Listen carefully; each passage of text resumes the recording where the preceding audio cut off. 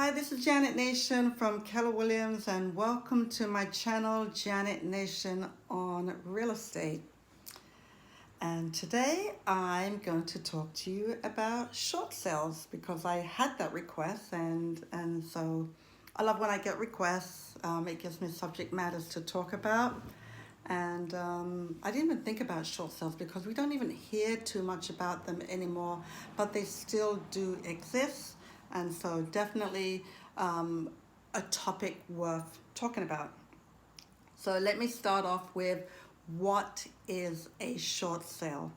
So short sale is typically, and I say typically because there's always variations of things, but typically a short sale is when a homeowner is behind on their mortgage payments and they have a need to sell their home. So they get into what is called also a pre-foreclosure status when they're behind after the 4th month. So they have a need to sell their home because for whatever reason the homeowner is no longer in a position to meet their monthly financial obligation with the bank.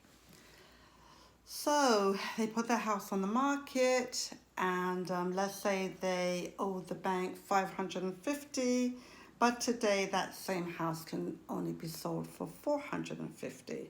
And there's an assortment of reasons why the home can only be sold for $450 in this example, $100,000 less than what they borrowed from the bank.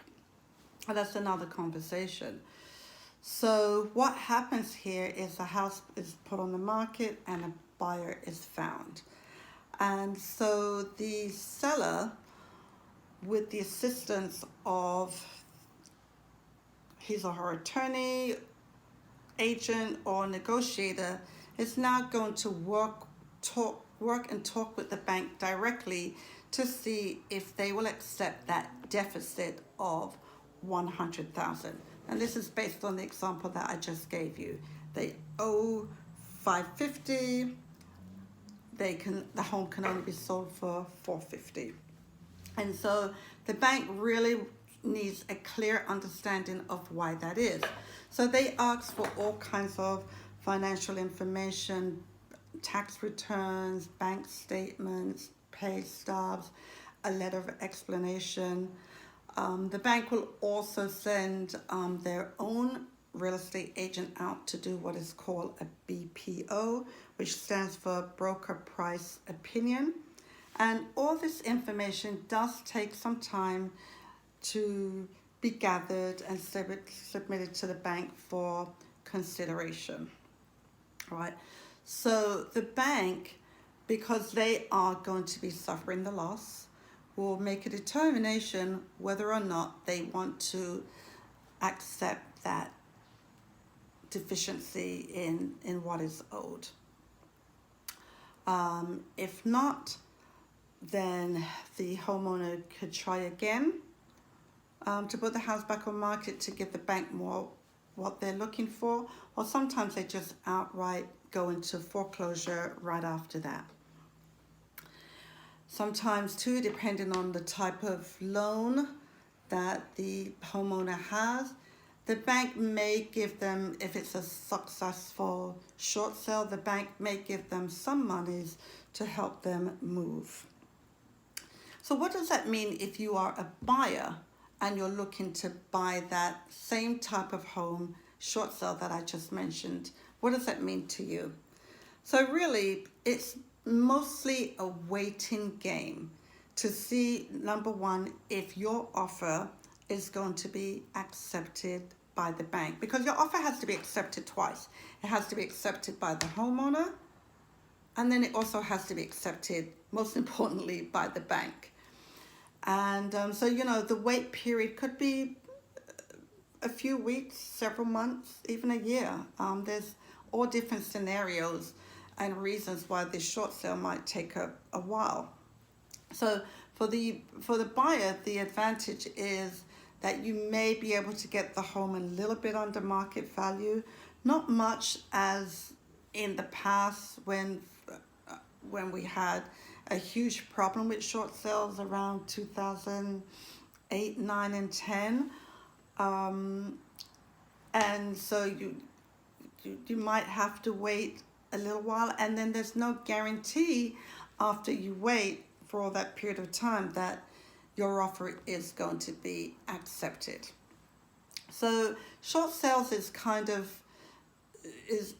for the most part is a guessing game. We don't know what the results are going to be, but from what I remember and experience in the past, they were successful 80% of the time. Now today, with the pandemic going on, and there are people that have lost their jobs and lost their jobs permanently and may not be in a financial position to recover even after the executive order that we have right now allowing forbearance. And so what I would say to those people is that, if there is a lot of equity in your home and you just absolutely don't see this ending up positively for you anytime soon, it might be an opportunity for you to put your home on the market. It wouldn't be a short sale if you have a lot of equity in the home and you can walk away with money, as opposed to what I often see. You're in financial stress, and month after month the mortgage payments are not made, and the equity in the home is depleted, and when all is said and done, you walk away with nothing. So that's something you might want to think about if you feel that you're not going to be in a position to recover for whatever reason because of this pandemic. So that's basically it in a nutshell. It's a huge subject, but I just wanted to give you an idea what a short sale is. It's, again, to summarize, is when the homeowner is behind on their mortgage payment. There is not enough money when the house is put on the market to pay back the bank, and the bank has to ultimately decide if they want to accept that deficiency. So thank you for listening in, and please subscribe to my channel if you like the information that you heard today.